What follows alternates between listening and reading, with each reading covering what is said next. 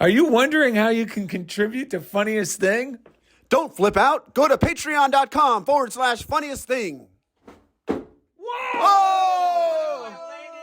Oh! That would have been crazy. Welcome to The Funniest Thing, Oh, yeah. where each week we share stories about how stepping out boldly always leads to better than expected outcomes. Yes, it does. I'm Darrell. I'm Ed. And we're broadcasting live from Chobo's Studios in Beautiful downtown Van Nuys. Ed.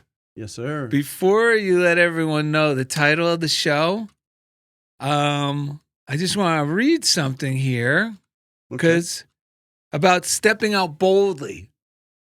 Okay, great. Because some people, when success coaches talk about stepping out boldly and taking drastic action. Yeah, not my cup of tea. No, that's not what we're talking about, folks. Right. We're talking about stepping out boldly, but I'm just going to read because I made a note to myself. I love notes to Darrell's self. To clarify it. And I go, because to clarify it so it's not misinterpreted, to remind myself, but this might help listeners really understand what we're talking about. If it's strong enough for Fazaro, it's strong enough for anyone. And this is what I wrote to myself. Stepping out boldly is really just being willing to discover we've been wrong about we thought our limits were. Mm-hmm. So stepping out boldly is really just being willing to discover we've been wrong about what we thought were our limits. Yes. And that's why it feels like we're stepping out boldly, but actually we're just, and Ed called it this, we're just stepping out of our stagnant zone. Mm-hmm. It's much better than the word comfort zone. Yeah, right. Because it actually given a bad name. Yeah, because we want to promote being comfortable, right? But we don't want to promote remaining stagnant.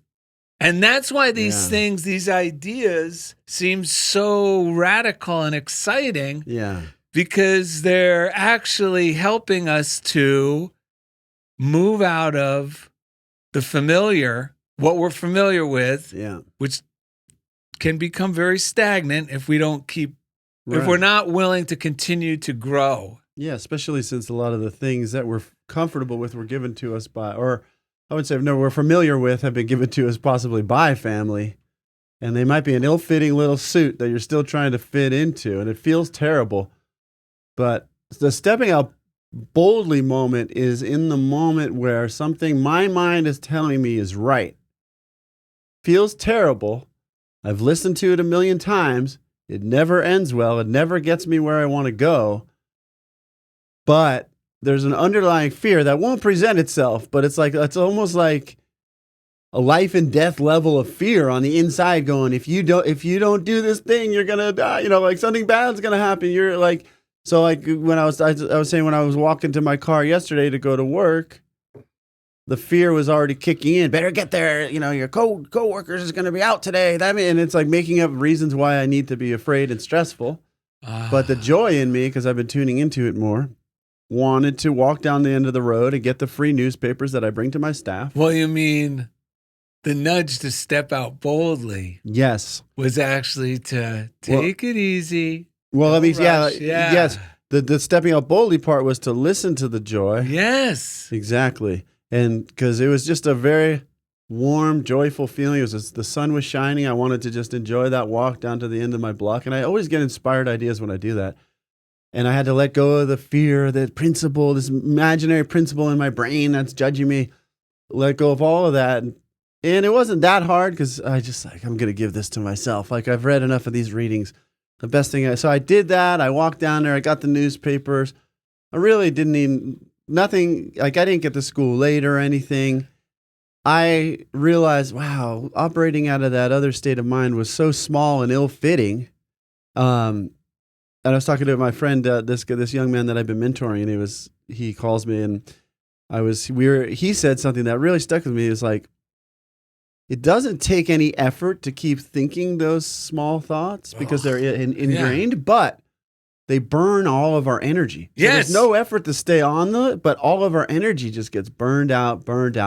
So what happened yesterday, I experienced an upgrade and ended up blessing my principal later in the day because I didn't put her on the throne and make her into this monster. I ended up being in the copy room and she just happened to be there and she goes, Ed, it's been a long week.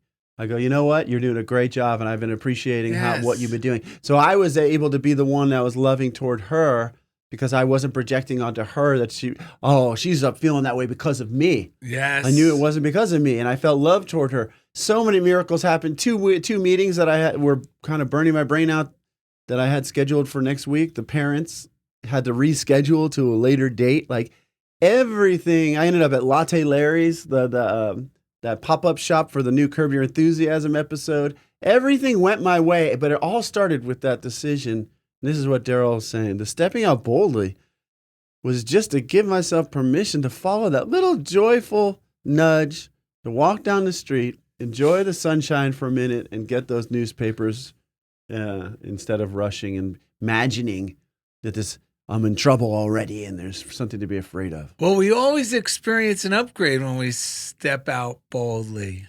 Yeah. And there's a book that Nancy Norman is doing in her Infinite Prosperity Workshop, which you're all invited to partake in. Every Thursday. Every Thursday at 7 a.m. and 7 p.m. East Coast time via Zoom at joyoflife.org. UnityJoyOfLife.org. UnityJoyOfLife.org. Thank you, Indy. And the book is Creative Mind by Ernest Holmes. It's the first book he wrote. So I think it's the best because it's the easiest to comprehend. It was written in 1919. It's a short little one, too. Just like all the other books we recommend. It's simple, right to the point, thin. You could keep it in your car, your briefcase, your purse. But in there, what I want to say, in the beginning of the book, he says, fear leads to failure. Faith leads to success. It's just that simple. Yeah. And when we're stuck in the rut of our old habits of thinking, it seems so unreasonable to faithfully choose a new idea. Yeah. And these new ideas are actually God nudging at us, saying, come on, go this way, because it's a feel-good idea. But then these old ideas that have got us to this point, so we think, they're just trying to be helpful, are so strong, but the feelings of fear they create, because they're going, no, don't do that. Yeah. Because look how far we've gotten. We don't want to blow it. Right. But the truth is that will blow it. Yeah, it will. But being willing to follow these nudges, these joyful nudges, stepping out boldly, everything improves. These hopeful ideas always bring miracles when we follow them. Yeah. It's really exciting. As soon as I started walking down the street, I saw an email, the notes from the universe from that Mike Dooley fella that said, if someone wants A to happen, yet they prepare for B, they will always get B.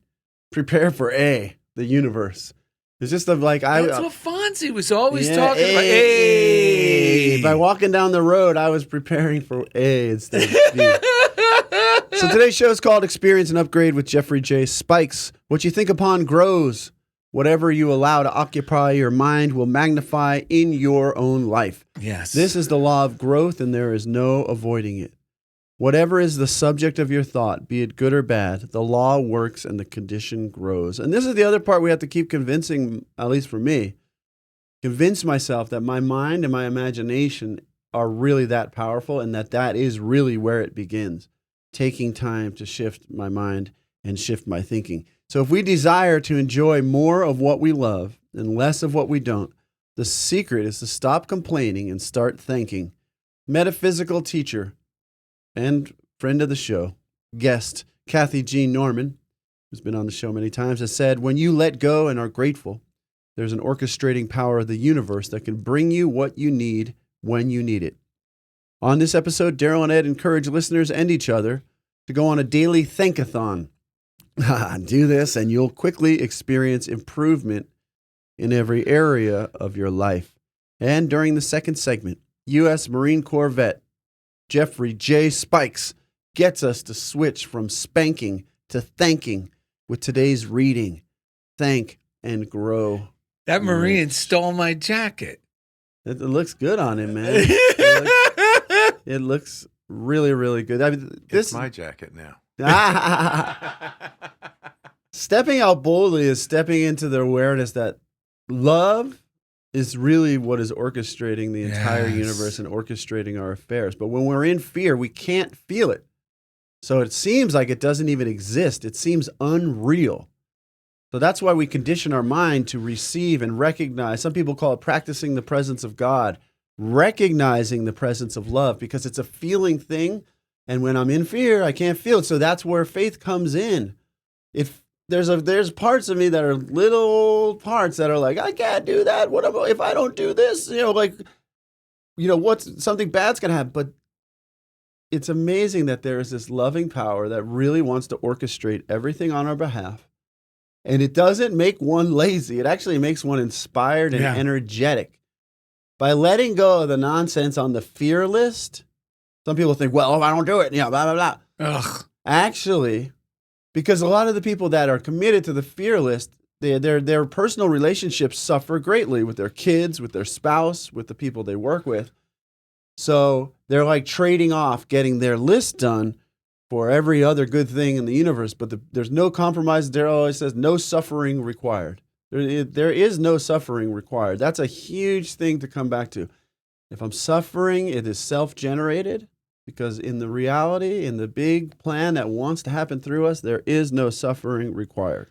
Yeah, living under those fearful ideas, we're living under constant thoughts of self-protection instead of freedom of choice. And that's the draining mentality.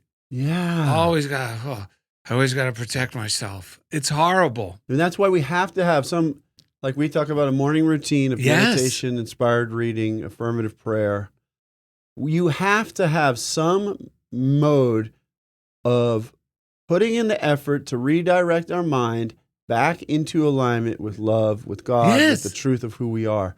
Otherwise, our mind will just continue to run down the paths that it has always run down. So the only effort required is to redirect our mind, like Darrell says, discipline, to redirect, to follow the loving leader within, discipline our mind, become a disciple of, because remember, the Christ is not a man. The Christ is something that exists within all of us. So, I mean, that's just doctrine. That's the truth. That's the principle.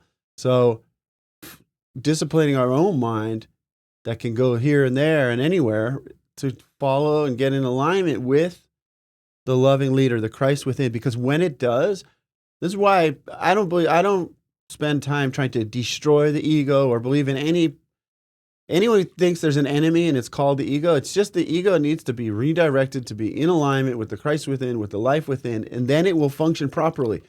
Then you don't need to be like some phony who doesn't live life to the fullest, who just sits there and it's nonsense. Our ego is a vessel through which we live on this planet. If you're on this planet, you have an ego, because the ego just means mind, body, and emotions.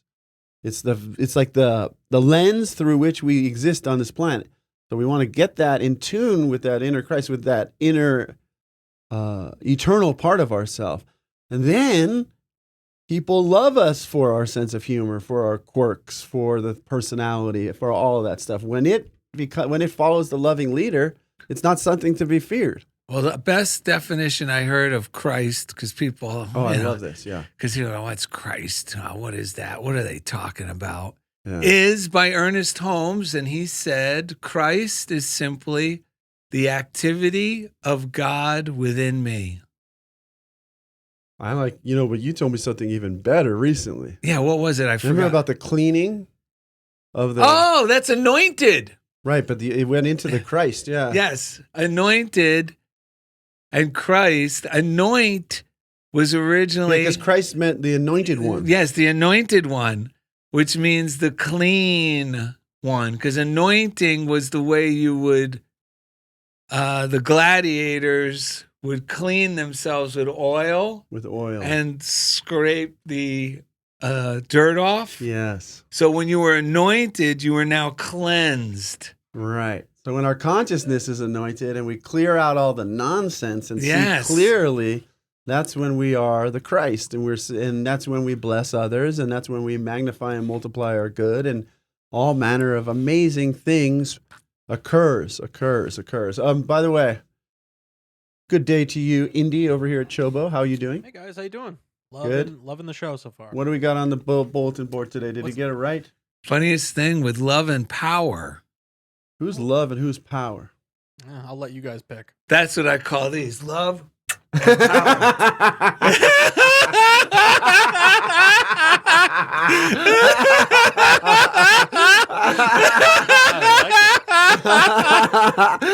Oh, yeah, by the way, Jeff Comfort's out there in Kansas City, Kansas, and each week He takes us right into the comfort zone.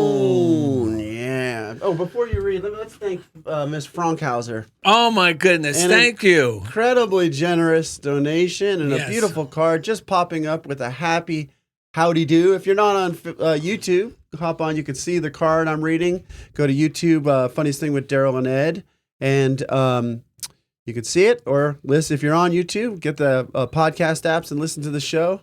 That's how we started, just pure audio. So dear Darrell and Ed, to let you know that friendly thoughts are being sent to you both.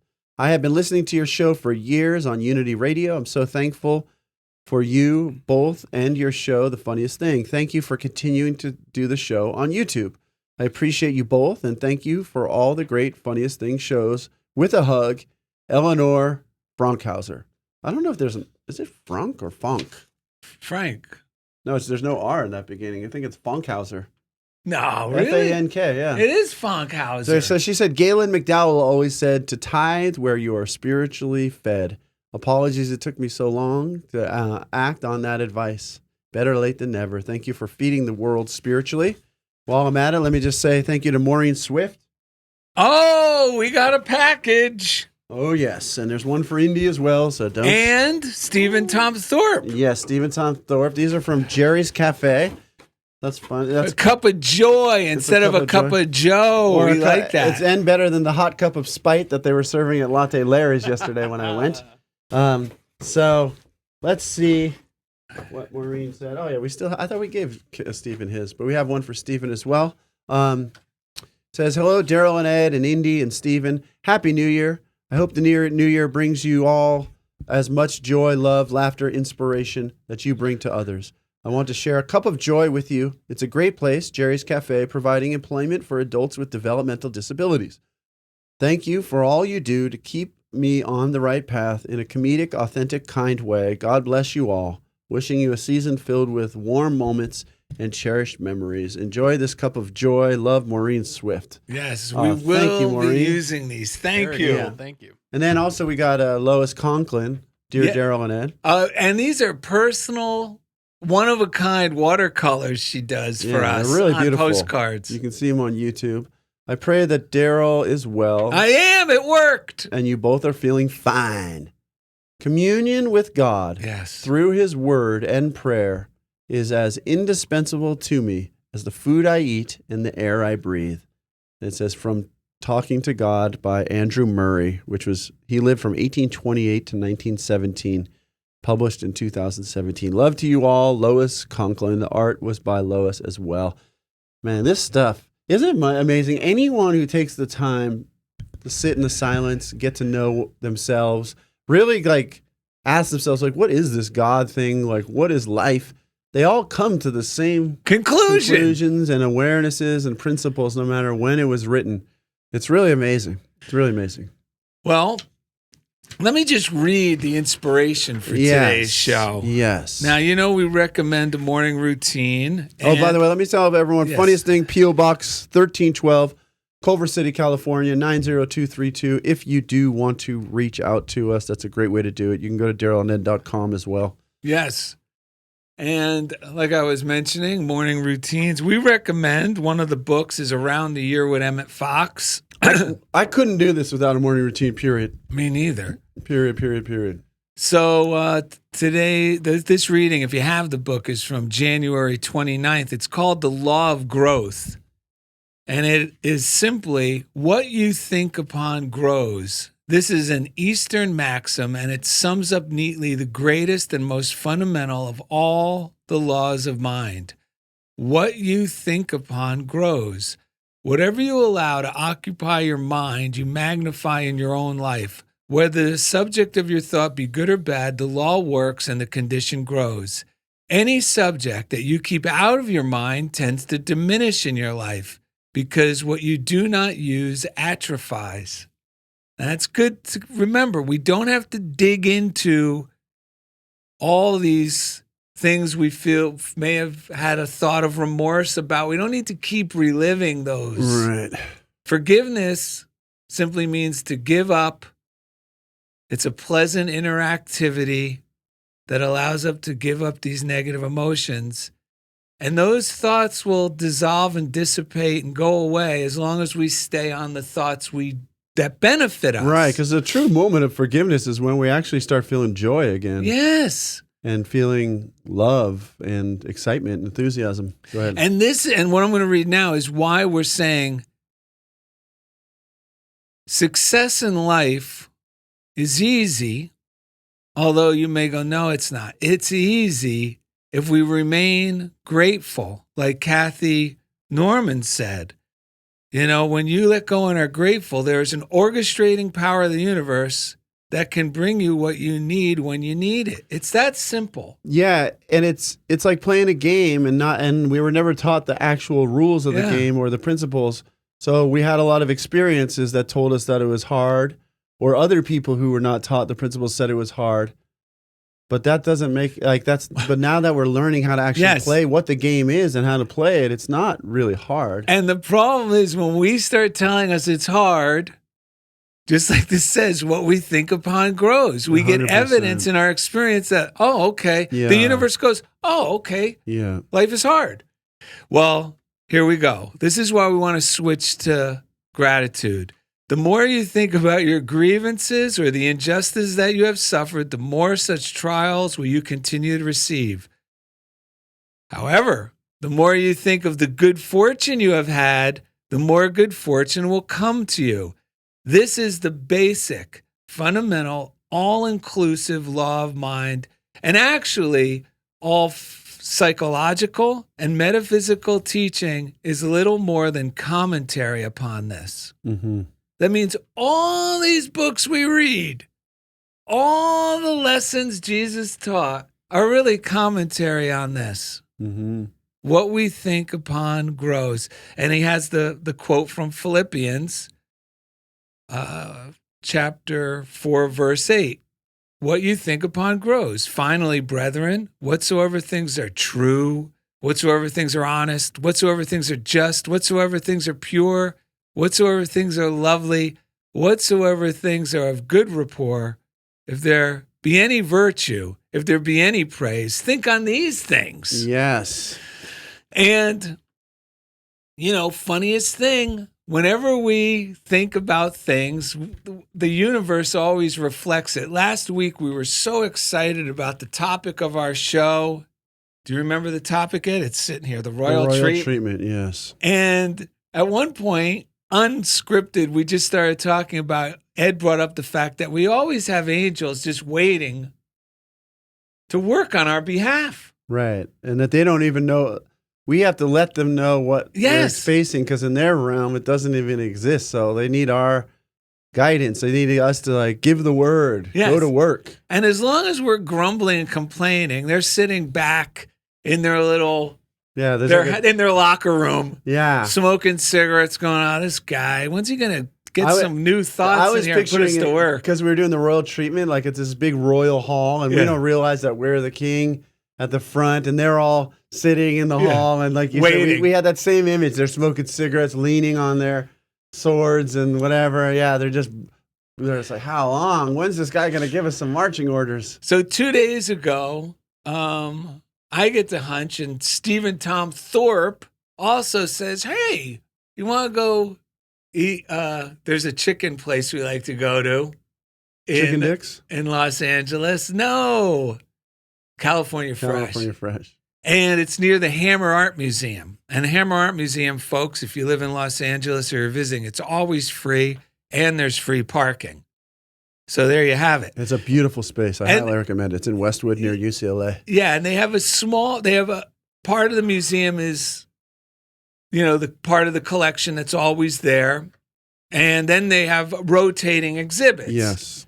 So unbeknownst to me, I didn't know what exhibit was going to be there. I go to the museum.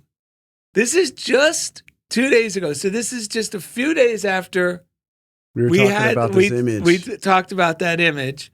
And they're having a exhibition on intaglio prints, which is etchings. It's an Italian word for etchings. Mm-hmm. And there was one there from 1514.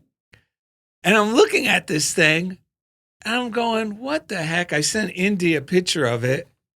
It's the exact image. You're not going to. I'm holding it up for YouTube, but we gave Indy the full screen image to put up there, and it's titled "Melancholy Eye," and it's angels waiting for inspiration.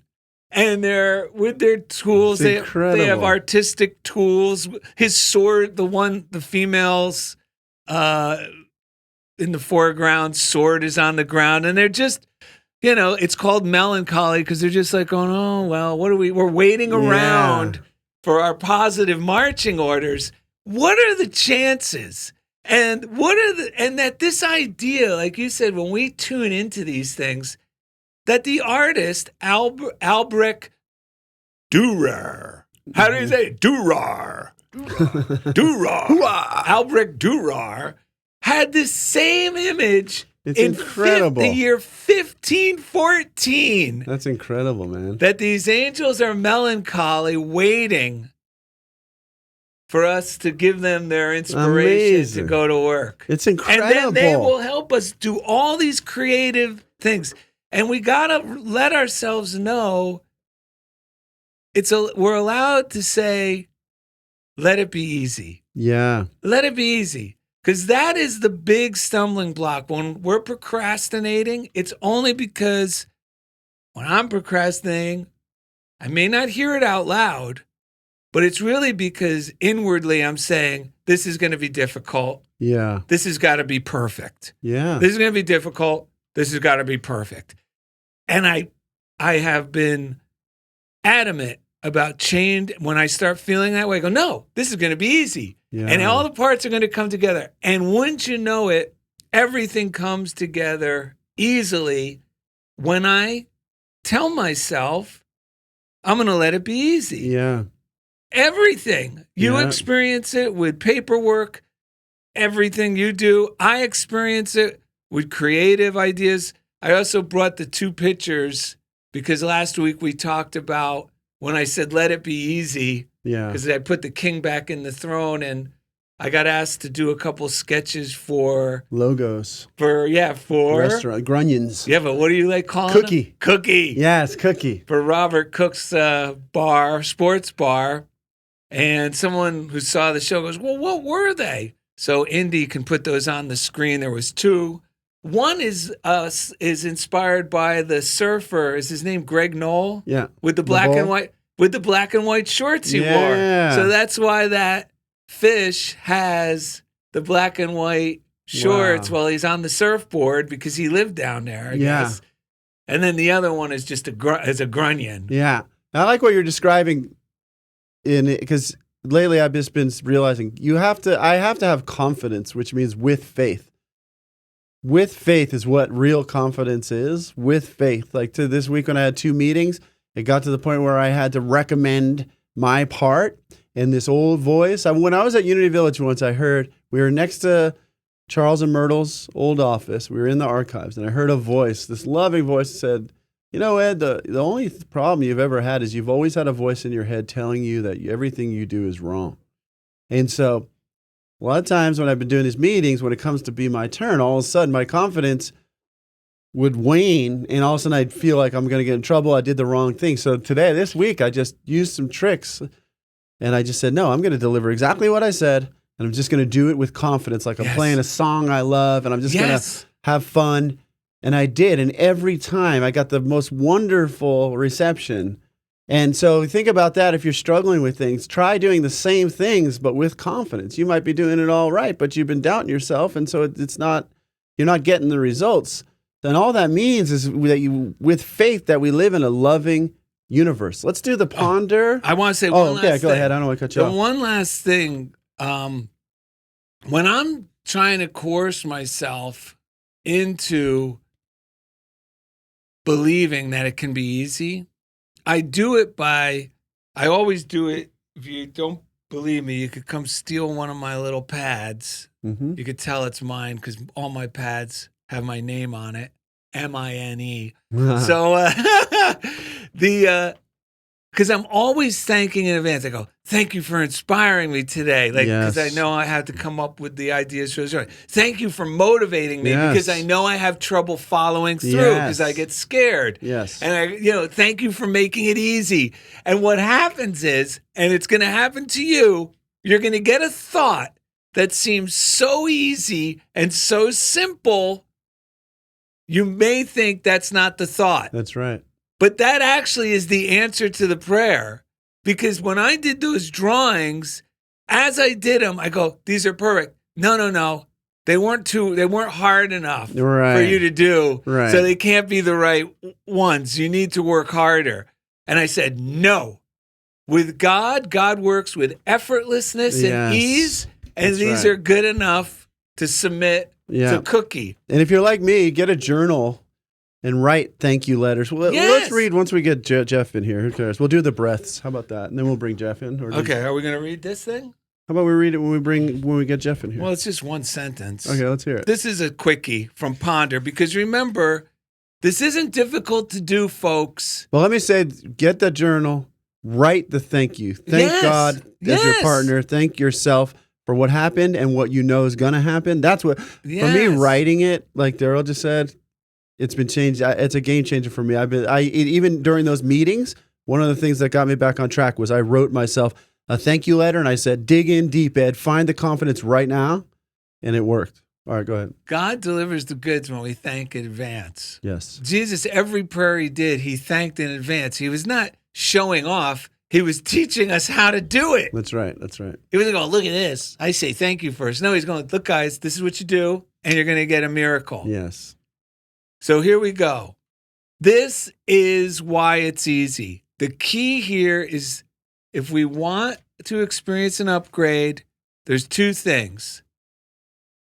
Gratitude, which is thanking for what we have, always getting enthusiastic about what we already have and already been given. Thanking in advance, and then stop complaining. Yeah. And Ponder reminds us, there is plenty of room at the top in any line of work or profession for those who dare to free themselves of the usual thoughts of bickering, jealousies, and petty criticisms entertained by many people.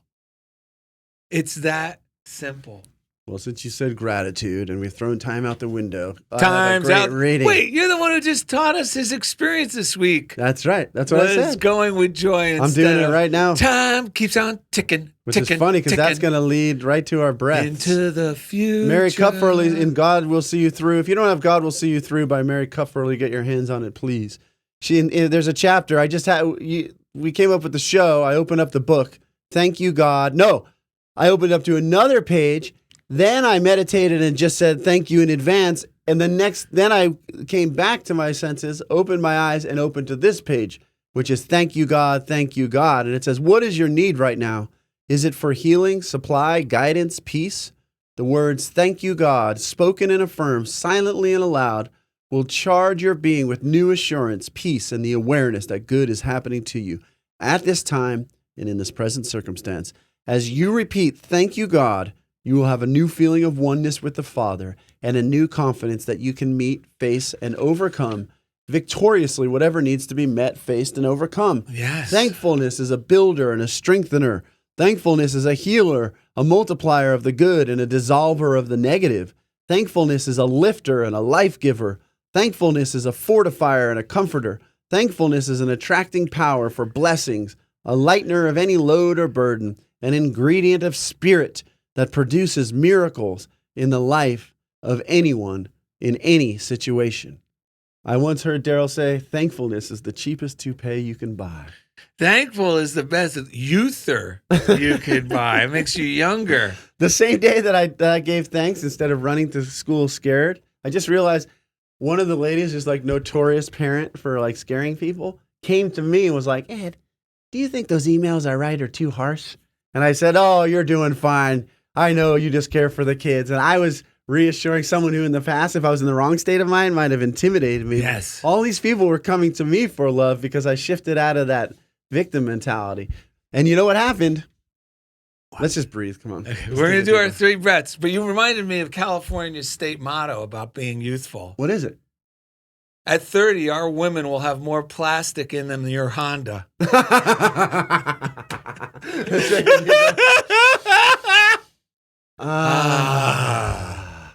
God keeps on slipping, slipping, slipping into my future. Oh, that's where I got that from. Yep. God keeps on slipping, slipping, slipping into my future. God keeps on slipping, slipping, slipping into my future. Give thanks. Let God slip into your future. Oh, yeah. Yeah, baby. Coming up next, U.S. Marine Corps vet. This guy's a life coach. Him and Indy work together on projects. We love the guy. Him and Darrell found this stuff together at an interesting time in their lives. His name's Jeffrey J. Spikes. He'll get us to switch from spanking to thanking with today's reading. Unless spanking is what you like. Thank and grow rich. Thank you for listening to Funniest Thing with Darrell and Ed from Chobo Studios. All right, everyone, welcome back to Funniest Thing. Today's show is called Experience and Upgrade with Jeffrey J. Spikes. Oh, man, we were just talking about this on the break. What do I have here? Hand this to Jeffrey. No, this is every guest gets one. This is actually it's a Chobo Studios cookie from the SD Cookie Guru himself, Indy's cousin, SD Cookie Guru. Darrell, want to make sure you know that's San Diego. Oh, yeah. SDCookieGuru.com. My Ed, cousins make amazing you got to cookies. taste a piece of this. I'm telling you, it's delicious. I had one before. No, take a bite. I'm not eating it right now. On stage. No, hand it to Jeff. People aren't going to believe it's real. I know, hand it to Jeff. Oh. What's the flavor? Lemon? No, it's No. Chobo Butter cookie. Studios. Sugar cookie. Telling you, Ed, it won't hurt your sinuses. I know my ears. They're already a little plugged. So let's go here. What's the name of this show? What do you want to say about it? No, I'm enjoying my cookie. You guys can take over for a Yeah, little go to while. SDCookieGuru.com and order your custom cookies from my cousin. Wow. There you go. There you go. That is a good cookie. They are I'm beautiful. not lying. You can have it for any business you want. Yeah, you send them their logo, they put it right on the cook. Yes. So Wow, that's good cookie. good cookie. I did it for the cookie. How did about it you, all Jeff? for the I cookie. did it for the cookie. Nice. All right, let's get a little taste in me. He's going to do it. It is a very light, surprisingly delicious cookie. SD Cookie Guru, we love you. Wow, Ed ate a cookie, ladies and gentlemen. Well, He stepped out of his stagnant zone. when How Darrell, good was it, Ed? it was actually really good. It's like when I'm you go to telling a you, wedding it's and you good. get a cake and it looks like it's going to be crap, like something. Not that I'm saying this looks good because it does what it's supposed to. The logo looks amazing, the colors, but cookie's actually it's good. amazing that when something like that actually tastes like It's a moist, delicious cookie. It's a high quality, what do you call that? Butter cookie? Sugar cookie. Sugar cookie, but it's not Even, too sweet. Or shortbread cookie. Even the Shortbread or hard, sugar? It's a logo is vanilla delicious. sugar cookie. Yeah, it's It's quite heaven. good. Quite good. So Look, even Jeff. check it out. SDCookieGuru.com. You'll We're eating cookies like madmen on this. We're experiencing an upgrade in a sugar high. Yeah. That is quite That's good. good.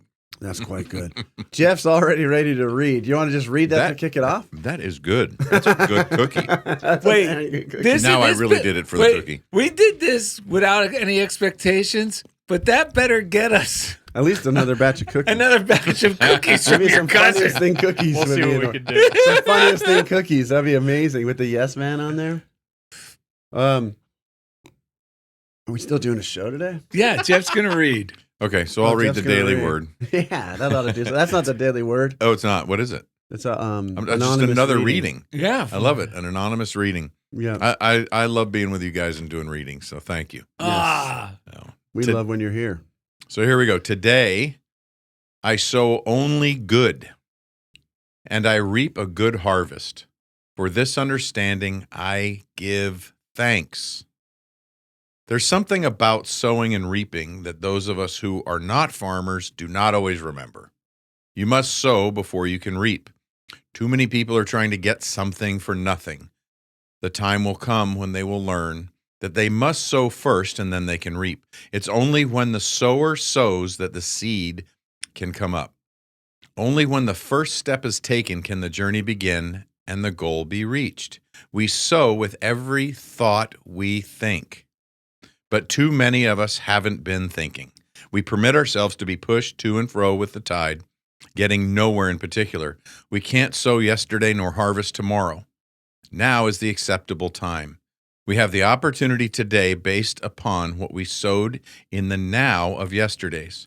Also, the now of today provides us with the opportunity to sow for the harvest of the now of tomorrow. It is important to our growth and unfoldment that we prepare a good seed bed and plant good seed now, today, and every day. We will then be able to harvest abundant good in the now of all tomorrows. Be not deceived, God is not mocked, for whatsoever a man soweth, that shall he also reap. That was Galatians 6:7. This is a reading from Joyce Kramer, right? yes. And the reason it says God is not mocked, it means that this law exists. Mm-hmm. Whether you believe it or not, whether you are aware of it or not, you are going to reap the harvest. We all reap the harvest in our circumstances according to the thoughts we habitually think. Yes. Especially the ones that are charged with feeling, good or bad. That's right. It's interesting, the analogy of reaping and sowing and the mention here that there's a detachment for people who aren't farmers from the idea of what reaping and sowing is kind of interesting to think about, right? And if we just bring it into thought and think about intention, or you guys were talking about stepping out boldly, like that doesn't work for a lot of people. However, it doesn't mean that people that doesn't work for would not feel confidence. Yeah. And might not be seen as bold, right? That might not be seen or perceived as something, right? It's like, it's that yes and thought, but as long as we're really thinking about the good, thinking about what we can connect with, what we could agree with. You know, we walk into a room. I used the analogy the other day with a group about with a group of young people that were fairly sheltered, living a good life, had great, everyone in the room had great parents, by their standards, and right. and hadn't seen a lot of adverse situations, right? So we talked about going into a biker bar. Wait a second. You know what? Me and Jeff had very similar, seemingly negative childhoods. And my first thought was, oh, Jeff, did you just say to them, yeah, well, you guys are lucky. Did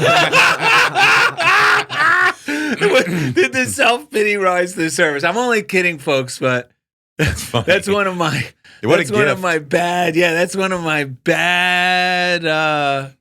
character defects. Yet oft used. Wait, what's it called? Yeah, you guys are lucky. What did I get? I got nothing. Yeah, if I could get a tally of how many times you guys are lucky has come through the text threads in the last year, it would be through the roof, man. Oh my God! Well, Lori, just before I let you go, I gotta admit, I gotta fall on my sword. Lori, my wife, she heard me sticking it to Steve. Yeah. And something about, his brain being broke because he's been so pampered as a child. And Lori goes, don't listen to him. He's just jealous because he never got any of that as a kid. That's what she said to him about me. Yes, and I had to she's laugh. the best. And I had to laugh. I go, you're right. Yeah. Yep. Lori is able to cut through it quickly with you. I've seen it many times. That's funny. So go on, sir. I don't even remember what we were talking about. you were The biker bar. tell- The kids going in the biker bar. So Yeah. they weren't kids. They were young people, young men and women. Right. We were talking about you go into a biker bar and they were all admittedly they would feel intimidated. Right? And Yes. but if you look for what you can agree with, and we started talking about, well, what would you see in a bar? Mm. You're not used to being in bars typically already because you haven't been exposed to that. And so the drinking and everything else is already intimidating. Like there's enough things you're not comfortable with yet. This group wasn't comfortable with yet. But what could you agree with? And we start brainstorming on they seem to be gelled really well together. They seem to be part of a group that really appreciates each other, that they work well together. They, even if it's rugged or rough or anything else. And then when they were able to do that, they started thinking about how they might then be able to connect with how somebody's nice. Right. How somebody does have some compassion. That's probably a dad or a mom, or they're certainly a son or a daughter anyway. So they all of these things only because they chose to remove the thoughts of what they were afraid of, what wasn't working, how they wouldn't connect. Yes. Right. All of a sudden, they all felt like, I think I could be comfortable going into a lot of new situations now. Yes, this is the best Reframing. advice. Yeah. This advice, I'm so glad you're sharing it because this is really helpful. I use it all the time when I have to go into any situation where I'm like, oh, wow, what am I doing? Why did I say yes to this?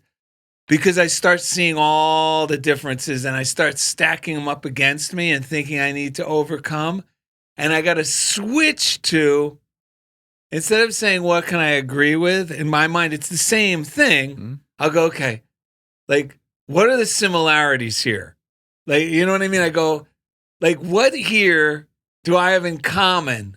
What, anything. And you could always find one thing. And here's the beauty of it. One, like you were explaining with them brainstorming in the group, once they found one thing, all of a sudden, it's almost like an avalanche effect. You start seeing more things you're similar with. But the main thing that happens is my fear level instantaneously starts to drop and my enthusiasm and confidence rises. Yeah. It's the best technique. I'm glad you brought that up for stepping into a situation that we're unfamiliar with and we label it that we're uncomfortable with. But it's really just like you said, because we're unfamiliar with it. Mm-hmm. Right. Well, and the show is called Experience and Upgrade. So if you want to upgrade your thinking, you have to start thinking new thoughts and shifting onto the new operating system, right? And the old operating system that might be coming up about protecting yourself or whatever, that's just not working. And so this is an awesome way, a really practical way to experience that upgrade. Because once we get connected with the thoughts, it's a vibrational connection. And once we're on the right frequency, like you're saying, one thing leads to another, and it's very, very natural and easy. And it feels so good. I remember when I was at some point, like a teenager or something, and I remember like thinking, oh, I got to go to the car at night. And it's like scary. Like, my childish mind was like, oh, it's dark, it's scary. And then I remember having the thought, like, what's the difference between me walking out here during the day and night? It's not like all of a sudden this is the evil time. You know what I mean? I just saw through that old limiting belief, and it went from being something scary to actually I enjoy being outside at night with the stars, and and there's a similar kind of shift. All of a sudden it became like you've quoted Einstein before. All of a sudden I realized I live in a friendly universe, and that really is like the first.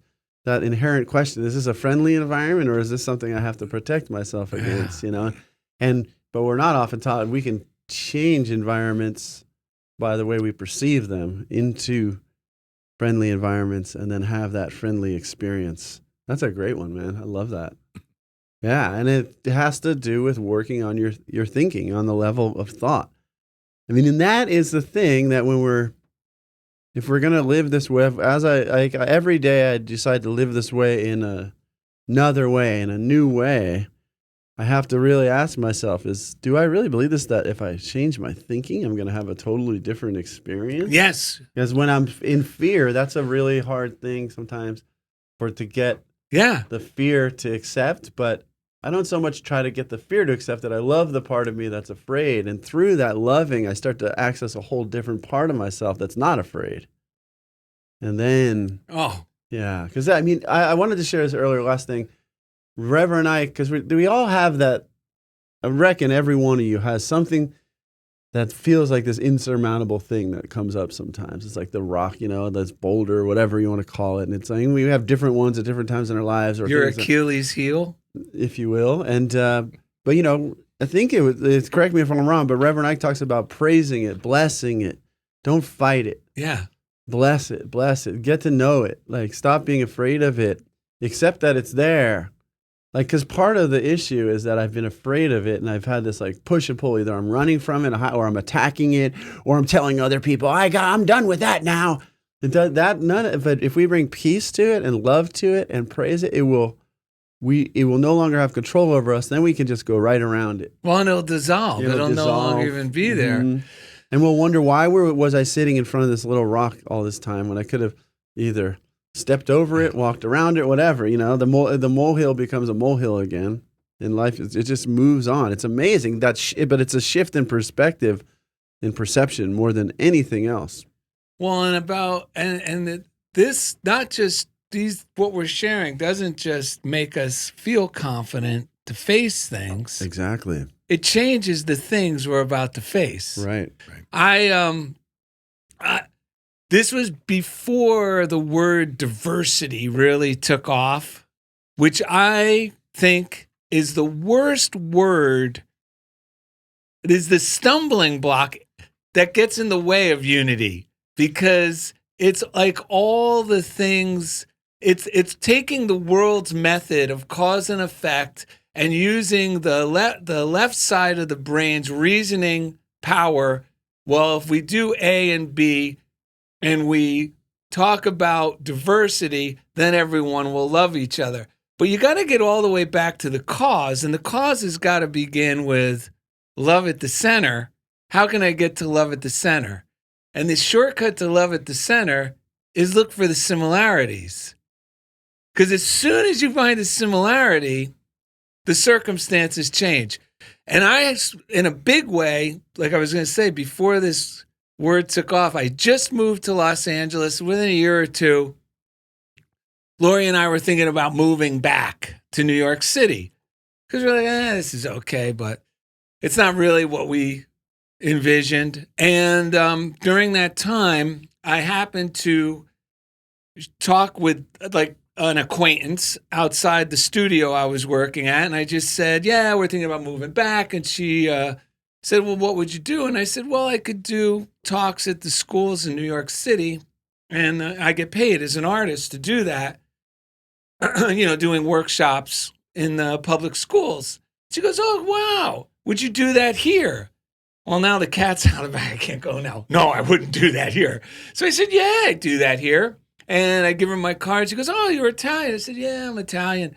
She goes, well, wait a minute. I do this sort of thing. Would you talk to kids about being an Italian American? I mean, I go, I don't know what Italian American is. I mean, in my mind, I go, what's an Italian American? I mean, I don't know how to play an accordion or throw pizza. What is it? Because I'm just me, like, what does that mean? And she goes, oh, great.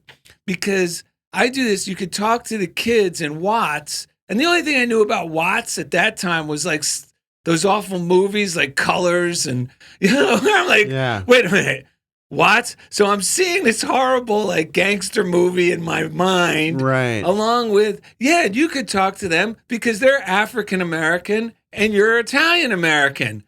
And I go, okay. And she leaves, and I go, what did I just get myself into? Right. I don't even know what an Italian American means. Right. So I can't even like connect with them on that angle. Second of all, I am probably the fairest of all Italians you're going to meet. Right. I'm like the epitome of the blue-eyed devil. Now, this is what I'm thinking, folks. This is not what other people are thinking. So I am like, what? How do I get out of this? What did I get myself into? Right. So the weeks go by, and I get invited to go to Watts on my own in my little car in a place I'd never been and go to this like Head Start program. This is such a classic. Yeah. Yeah. So I get there. First of all, the lady there, the black lady who ran this thing, she's probably my age at the time, 30 something. Is that the lady who signed you up for it? No, this is a whole Another different lady. Okay, it was like a dry hair that signed me up for it. Yeah, that was like a college-educated whiter woman? Yeah, a college-educated, white, suburban, well-to-do mom. And that was part of the scare. She gave you your marching orders. Yeah, she sent me over there. She was nowhere near this place, but I was there. But the lady... She thought it was a nice idea. Yeah, for her to look good because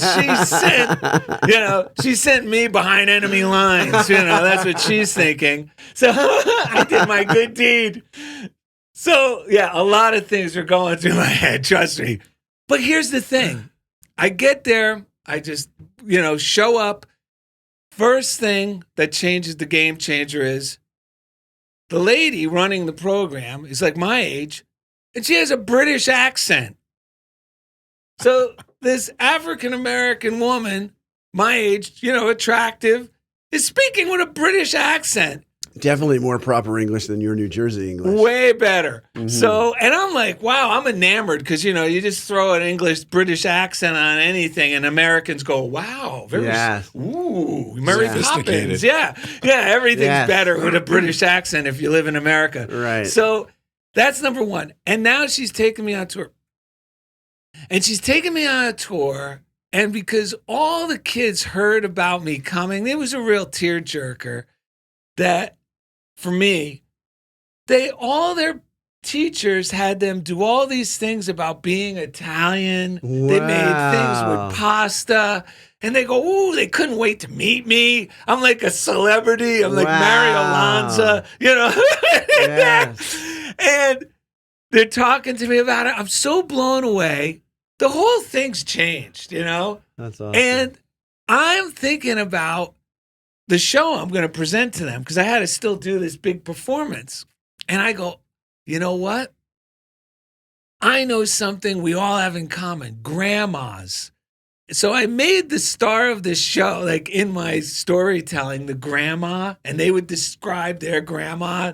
I'm describing mine. I had a magic pad. So I'm drawing the grandma as they're describing it, with the hat, the glasses. Uh-huh.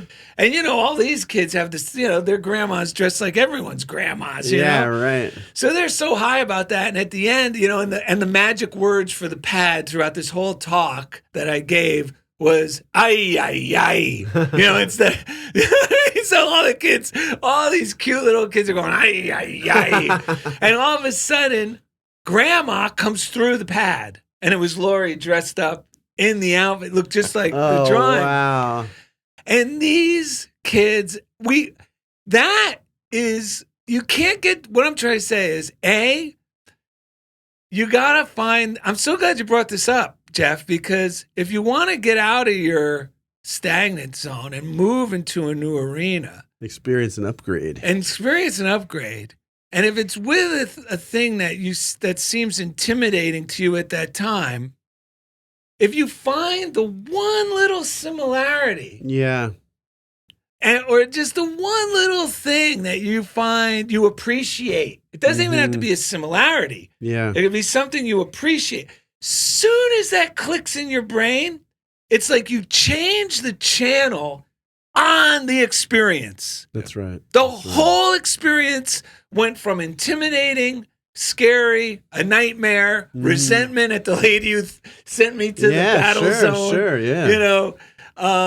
To I love this place. Yeah. I love these kids. I can't wait to do this again. Right. I mean, it was crazy. And we can all experience this with this simple tool. Mm-hmm. That's awesome.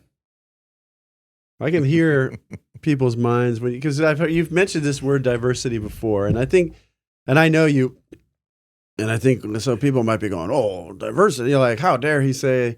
But I feel like what you're getting at is if you want, because a lot of the spirit the word is celebrate diversity, right? So, but the origin of the word is divisive and division. But regardless of that, the world is a diverse colors. It looks. Well, I call it variety. Yes, but I'm just saying that all of that's fair. But I think the thing that triggers, like, gets you riled up is that the people who are saying that are not really celebrating diversity. They're imposing. It's more like imposing it. And the thing is, so when you talk about like the thing that we all have in common, this is why it comes back to why we study these things, because every one of us lives by the same principles. These are universal principles. That's why the unity movement has always been like opens people up to celebrate diversity. These type of new thought teachings really are mind-blowing because they bring us into this awareness that this one God expresses itself in all of these many ways, many ways. And when you feel that, when I feel that love, so like whoever it is, like whether it's a parent or a principal, when I realize that's not a principal, that's a person that wakes up the same way I do, and I see them through that lens, I'm just helping, like, because I know what you're saying, and I just want, like, I can just see this is helpful for people to understand. You mean people like the lady who sent me there? Yeah, exactly. It's not. Well, and love is you're right, because love, as soon as I'm willing to recognize, like you, this is just another person. And if I could bring love in the form of appreciation or seeing or something like you're saying with that group that I could identify with, that is love. And wherever there's love, they don't have to change. Right. I love them as is incredibly so much that any thought of division or differences is no longer a barrier at all. Yeah, exactly. And or a threat. Sometimes when we live in fear and don't visit love regularly through these practices, we think that this is a world of right and wrong. This is wrong. We need to teach them what's right and do it in this heavy-handed way. But it just creates more divisiveness.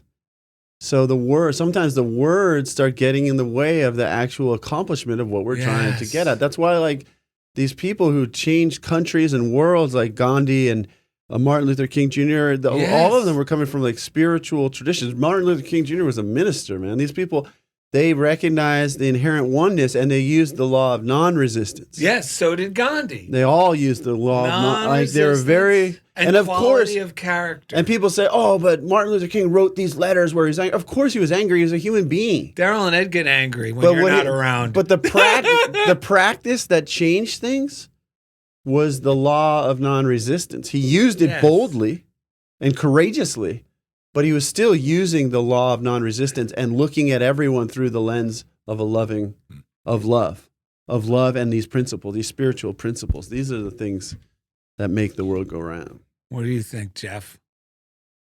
I think that's the center of it. and I think when we're not able to control our thoughts, because I think there's a lot of people in the world, including me, that at different times think, I don't know if I mean, it's a challenge to control the thoughts. Of course. But, I really think that that's the crux of it, is allowing some space. Yep. So that it doesn't overpower us, and then making the demonstration to others, to ourselves, of love. Deciding in advance, what are the demonstrations of love or gratitude that I could make? And being intentional about it, planning it. Because on the days that I'm not liking myself very much, or that I'm not liking others, my drive over here might have had a couple of really ugly things said about a couple of people in the fast lane going really slow. Yes. Right. I mean, that might have happened. And it's funny, when I said that, I thought, ooh, my mind doesn't know that I'm not talking about myself. That's right. I'm like, darn it. Because I really kind of like using these words in this environment when I'm alone in my car. Right. But that didn't work, right? So it's that idea of, can I make a demonstration of love even when I don't feel like it? Right. So I think that's the key. That's the crux of it all. That's where it really boils down to what you're saying, which is love. You were sharing the story about your fear of going to school. And you just decided, instead of thinking of I think it was somebody at your school, your principal or somebody judging you and looking at you as, you're not here at the time you should be, or anything else, and started thinking about that person in a haloed effect, a blessing, a kindness, outpouring of love towards them, right? That there's a demonstration of kindness and of love. You were feeling fear, but you made the demonstration. Right? That's how I really think that's how we do it. And because I can't count on my emotions or my thoughts all the time. I can do a lot of work. I can do a lot of things to try and help them be regulated. Yeah. Through physiology and through thoughts I use and all that other stuff. But I can't necessarily, thoughts are going to come. Oh, yeah. But if I'm practicing the demonstrations over and over and over and automating them as much as I would automate how I get out of bed, man, now there's a potential for a win. And something bigger than me can actually operate with me, because I'm not being so darn selfish and obstinate about what I think. Right. Which is easy to do, right? Right. And my opinion. And Well, you just made me realize that maybe when we think these thoughts of, like Ed was saying, I'm going to be late, and that means I might be judged for being late. Maybe though that feeling of fear is just nudging us, letting us know we've become complacent, and we've let the intention of love start to lose its focus, and that feeling is just the buzzer going off. That means this is all just a buzzer. It's not the truth. It's just a buzzer to now, whoa, you got to get intentional about love again. Because then it takes the power out of it. Yeah. When I think about it that way. If I look at it, this just means I've been getting complacent about being intentional, about being loving from moment to moment. Right. I also like, because we've shared this on several shows where you said, our mind doesn't know that what I'm saying about him is not what I'm saying about me. Yeah. And it usually is. Yeah. Even though we don't know it. That whole thing, one finger out is three fingers back. Yeah, because thought is prayer, and prayer is intentional. Mm-hmm. And sometimes we just let our thoughts go, but it's creating an intention that we're going to experience personally. Right. Right. There's something else that came out of today, I think, that was really along the same lines valuable, is that there was a lot of words and ideas and thoughts and feelings and judgments and opinions that are very worldly that you had walking into the school environment. Oh, yeah. You were thinking about moving back to cross country to where you were more comfortable. Yeah. Like, all these things were happening. Tons of dynamics that we could pull out of that. Amazing story, right? But something happened when all of a sudden you just saw these children.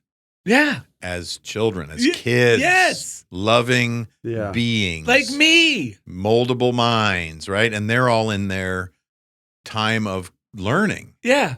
They're in that formative developmental stage of life. And you got to see them. Well, I saw the fact that they weren't judging me. Right. That was the big, loving surprise. And you know what you say? All those ideas I had, you can't blame people for having certain ideas, because what goes on in the media, it affects us. And you know what Les Brown said? Ed loves when I quote Les Brown. I never quoted him before, ever. I know, yeah, I'm wondering where this But he did say this. He said, secondhand drama is as dangerous as secondhand smoke. And what he was referring to, when we listen to the news and all these ideas of others, we don't know that that's not our thoughts right. about our circumstances. Right. And we start taking on what, what many metaphysical teachers throughout time have called the race consciousness or the atom. Adam fell asleep and there's nowhere in there that he woke up. And the waking up is supposedly, metaphorically, when Jesus appears. We finally wake up to a renewed, holy cow, no wonder I'd been asleep to my divinity. So, we don't realize that sometimes, we get tired, I get hungry, and all that race consciousness comes in, and I start going, I start believing the worst instead of the best. Yeah. Right? But it's all just it's not real. No, and if we focus on that, that's what'll grow. Yeah, and I don't want that to grow. Yeah. Yep. Les Brown. That's great. I knew that would get it excited. No, it's good stuff, man. It's good stuff. Reverend Ike said that when we start thinking thoughts, first of all, that don't feel good, that are not, that to me, that's an indicator that it's not fit, doesn't fit who I am. Like, if there's a thought, doesn't feel good, it's not really in alignment with who I am. But what he said was, when we take in the thoughts of others, we don't just take in the thought, we take in the whole personality of the person who is thinking it. And that's why it feels like your mom or dad or whoever it is in there, because it literally, you can't just take, it's not just words. Yeah. The whole personality comes with it. And especially if we're like sensitive or empaths and which everyone is to some degree. Like, we got to get really good, and is having this self-reflective practice of like, is that mine? Or does it just feel like it has control over me, so I have to keep thinking it? And if it's not mine, I got to do things to get that out of there. Like, you know what I mean? To get myself to see it for what it is, disconnect from it, depersonalize, like get rid of all of that and start to ask myself, well, what is really me? Who am I? What do I really think? And like, some of us weren't in situations younger where we were given full reign to think and be who we really wanted to be. So we have to uncover this. Yes. I've had to uncover the recognition that there's a whole lot more to me than I've remembered in a really long time. And it's awesome, and it's like, I'm the only one who knows it. And it's just little quirks, things I like or whatever it is. And when I do those things and be that person, my life works because that's just me being me. Well, the main thing is, for any of the listeners, the main thing of it is what you said at the beginning. Yeah. If it doesn't feel good, and this is in all metaphysical books, if it doesn't feel good, it means it's not true. Right. And it's an indication to let go of that thought. It's a false idea. That's why it feels bad. And like you put it, which is even, I think, more personal, if it feels bad, it's not true about me. Right. So it doesn't mean to keep dwelling it and trying to move forward from this feeling. It means, no, I got to let that go. That idea it's not part of my vibration. I need to let it go. Right. And that's like with this job thing, like more and more it just comes to, it's not the job. The job's going to change. Of course it's going to change, but it's the part of me. It's the thinking behind what has kept me there. It's the thinking behind what has made me think that for some reason I might deserve to get punished at almost 50 years old after 27 years of teaching and loving, like that there's still a part of me that's thought that maybe I deserve to get punished for something if I don't do that meeting. It's loving that part. And it's been facing that and blessing that and going like, okay, I don't even know how to change that right now. But I am going to acknowledge that's the project. That's where it has to shift. You know what I mean? It's like just being like, I don't know how, but I know that's the shift. And as I do that, I keep getting little nudges. Mm. And last night I was watching someone talking to Dr. Joe Dispenza. And they were watching some like MMA guy talk to, what's that comedian's name with the mullet? Joe Rogan? No. What's the Theo Vaughn. Theo Vaughn. And they uncovered something from his past that, like, when he was really young, some traumatic thing, and he started like crying. Wait, this is the wrestler? The MMA guy started crying to Vince Vaughn? No, to Theo Vaughn. Yeah, and Theo was like, "It's okay, we don't need to say anything. We can just, And so the guy was the host of the other podcast was asking Joe Dispenza what he thought about that whole thing, But what was interesting, and I think because they were in this loving discussion about it, I had a moment of like, it uncovered something inside me, this like traumatic feeling. And I felt, oh my God, I'm very afraid of whatever I'm feeling right now. It was weird. Like it got me in touch with this fear. And I just breathed and let it come through, let it come up, and it moved through. And it was like I gave it that permission. I've been giving that part of me permission. What are you afraid of? Like, I don't even know. Like the fear happened so long ago. I don't even know what it was, and like, I still don't even know, but it's just letting go, because the fear is not native to who I am.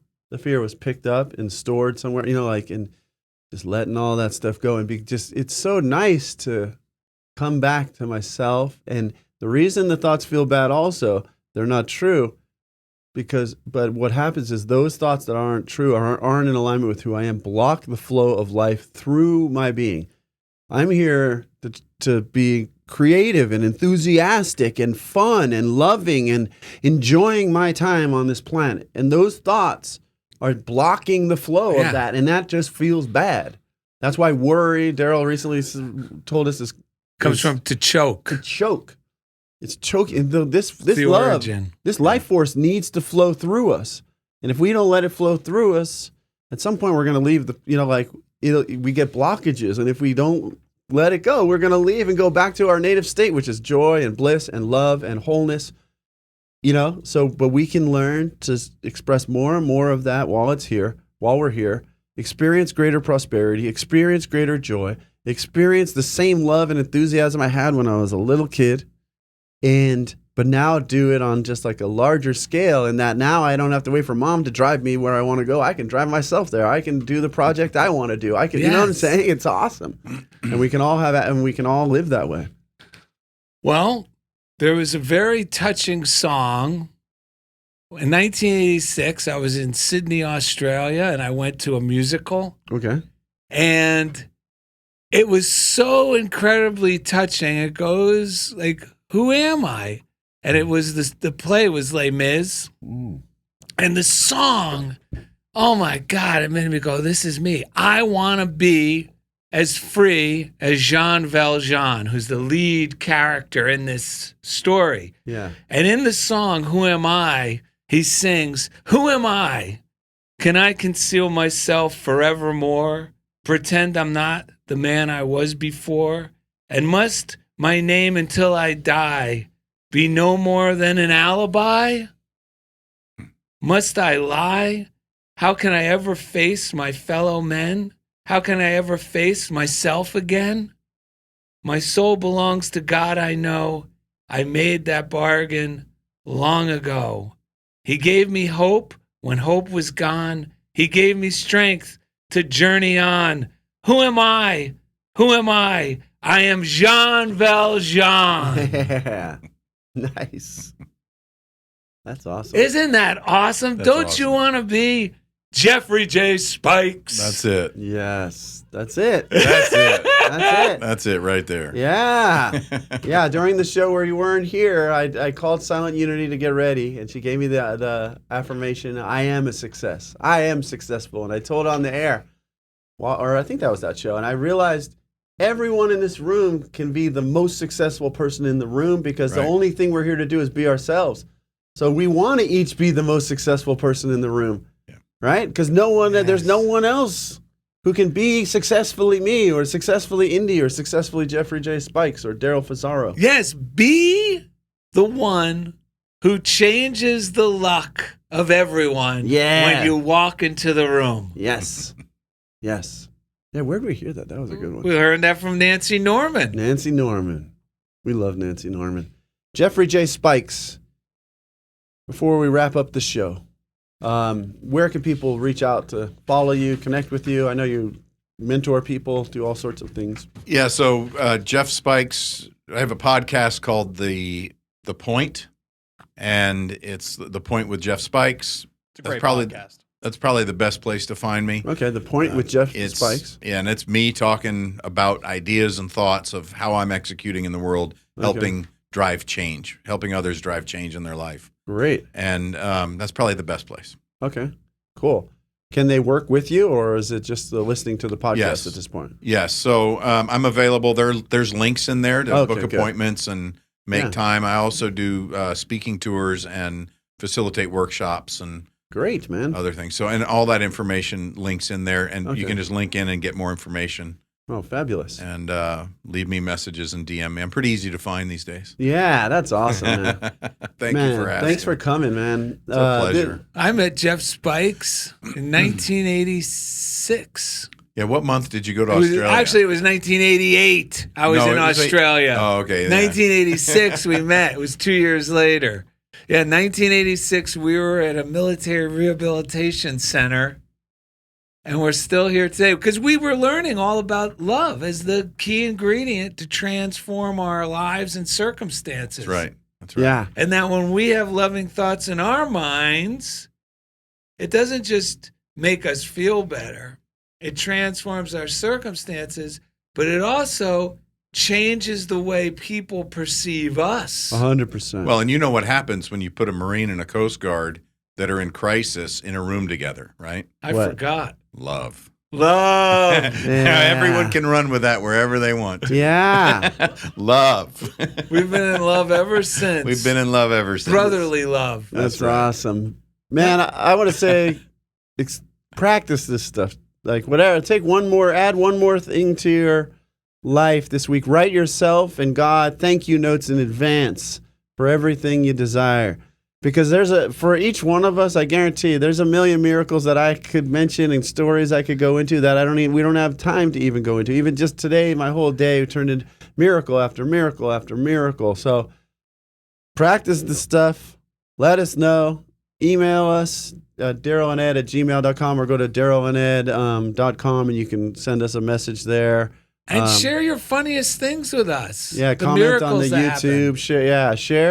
Share the links, subscribe to the YouTube, do all that stuff, whatever it is, wherever you're listening on podcast apps. But share this stuff, be this stuff. This really does transform this place for the better. And on that note, we have something from Marine Corps. It's called USMZ or TUS. TUMZ or UMSZ. It's the Marine Corps version of TMZ. TMZ. So anyway, there was a U.S. Marine sergeant. He was assigned. Well, what is this? Just read it directly. A U.S. Marine sergeant was assigned Jeff Spikes, then a newly inducted private, to work as his office assistant. On the first day of the job, Jeff went around picking up random pieces of paper in the office. He lifted up one from the sergeant's desk, read it, and said, This is not it.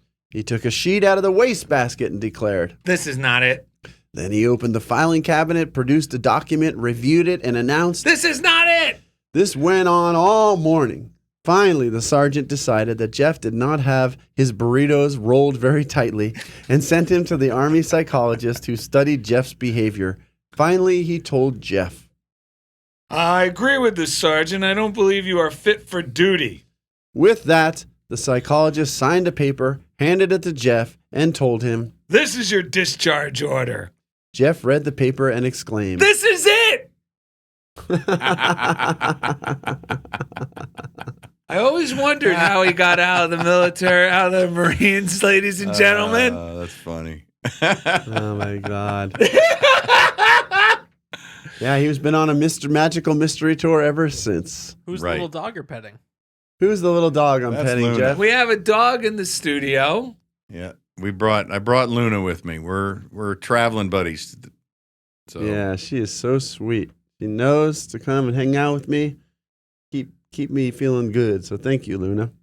All right, so you want to sing us out of here, buddy? Yeah, because we had a what was it called? A coaching call from Ringo this morning. That's right. And you Freshly dyed black hair. And you know what he said? What'd he say? Roll up. That's an invitation Roll up for the mystery tour. Roll up. to make a reservation. Roll up for the mystery tour. The magical mystery tour. Is waiting to take you away. Waiting to take you away. Visit DarrellandEd.com. to find easy links to everything we do. And thank you for being Jeffrey a part Spikes, we love you. of Funniest Thing with Darrell and Ed at Chobo Studios. Roll up! They've got everything you need. Roll up for the mystery tour. Roll up! Satisfaction guaranteed. Roll up for the mystery tour. The magical mystery tour is hoping to take you away. Hoping to take you away. Take you today. Roll up, baby. Woo! $500. Really? See, $200 for you, sir. $100 for you. What the heck? No. $100 for you. No way. Are you serious? Yeah, I'll give you $100. Of course. Thank you so much. When you record your podcast at Chobo Studios, you're helping people in need. Here at Chobo, we take a bold stance on helping the community by giving away 10% of all revenue, not just profit, to kind, hardworking people in the streets of Los Angeles. And thanks to all these wonderful podcasters, we've been able to give $1,400 this year alone through our kindness initiative, Chobo Kindness. Brought to you by Chobo Studios, LA's premier podcasting powerhouse. Follow for more.